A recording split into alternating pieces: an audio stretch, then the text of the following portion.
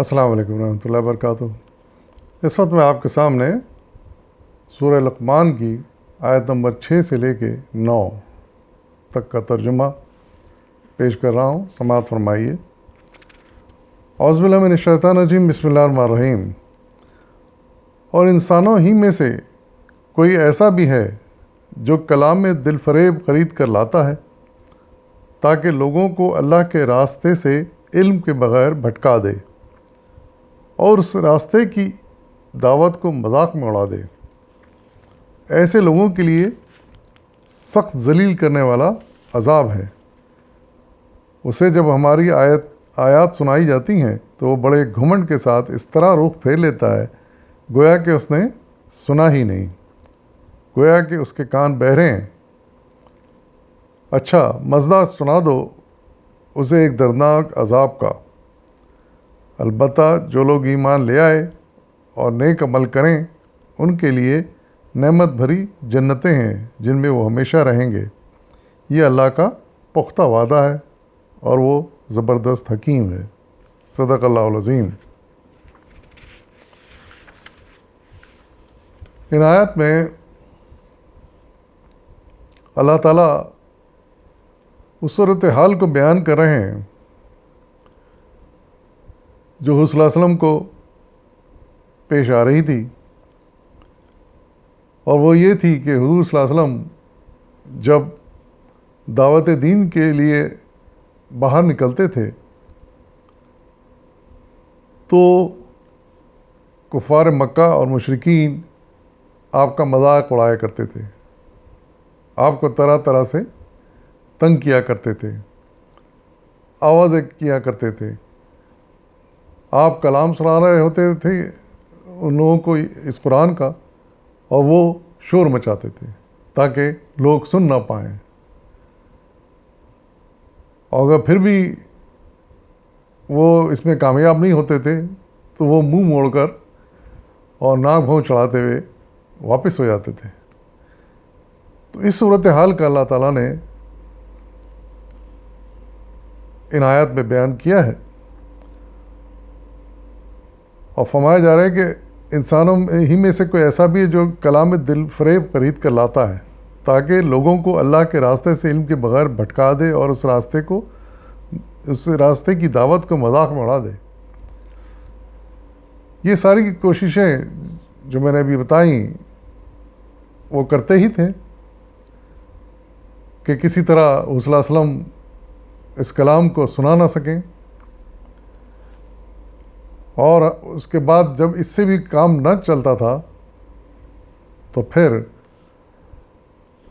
حدیثوں میں آتا ہے کہ ایک شخص تھا جو خاص طور سے عراق گیا اور وہاں سے کچھ قصے کہانیوں کی کتابیں لے آیا تاکہ جب حضور دعوت پیش کر رہے ہوں تو اس کے مقابل میں وہ بھی زور شور سے کہانی کے قصے سنانے شروع کر دے۔ اس سلسلے میں مولانا سید ابو العلا مودودی صاحب رحمۃ اللہ علیہ نے لکھا ہے، اپنی تفسیر میں بیان کرتے ہیں کہ لہو الحدیث خریدنے کا مطلب یہ لیا جا سکتا ہے کہ وہ شخص حدیث کو چھوڑ کر حق کو چھوڑ کر حدیث باطل کو اختیار کرتا ہے اور ہدایت سے منہ موڑ کر ان باتوں کی طرف راغب ہوتا ہے جن میں اس کے لیے نہ دنیا میں کوئی بھلائی ہے اور نہ آخرت میں۔ بکثرت روایت بھی اسی تفسیر کی تائید کرتی ہیں۔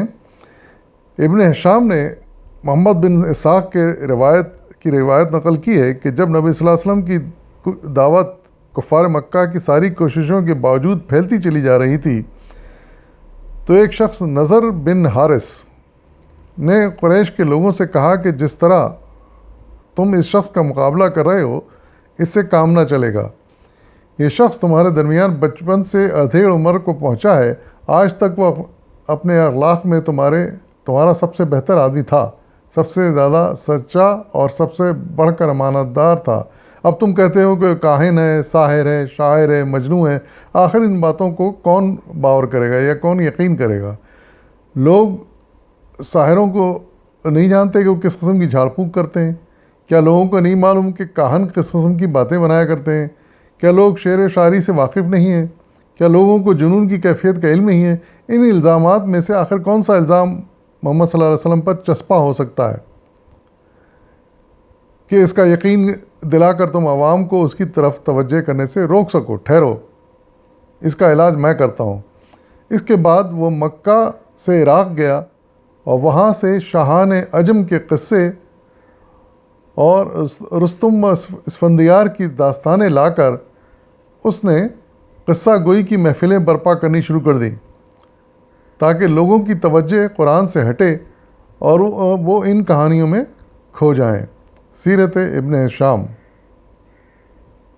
میں یہی روایات اسباب النزول میں واحدی نے کلبی اور مقاتل سے نقل کی ہے۔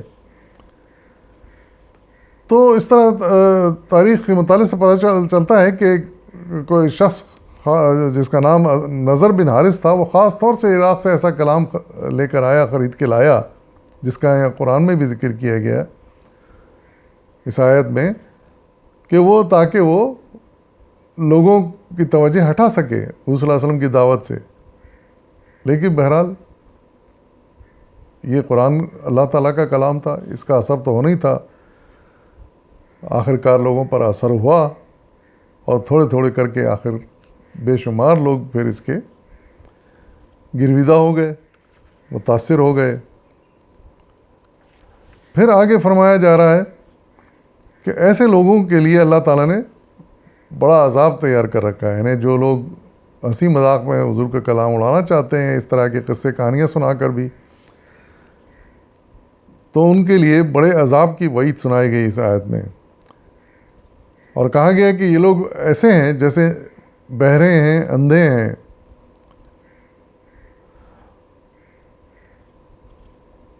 تو ان کو چاہے کیسا ہی بہترین کلام سنایا جائے ان پہ اثر ہونے والا نہیں۔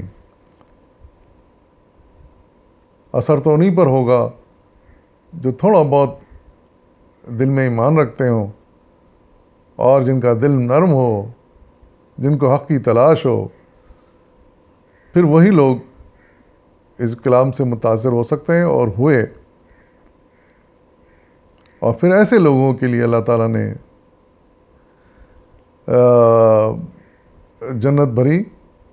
جنتیں نعمت سے بھری ہوئی جنتوں کا وعدہ کیا، اور پھر یہ بھی فرمایا گیا کہ یہ اللہ تعالیٰ کا بڑا پختہ وعدہ ہے اور وہ زبردست اور حکیم ہے، یعنی سب کچھ جانتا ہے اور ان سب چیزوں کا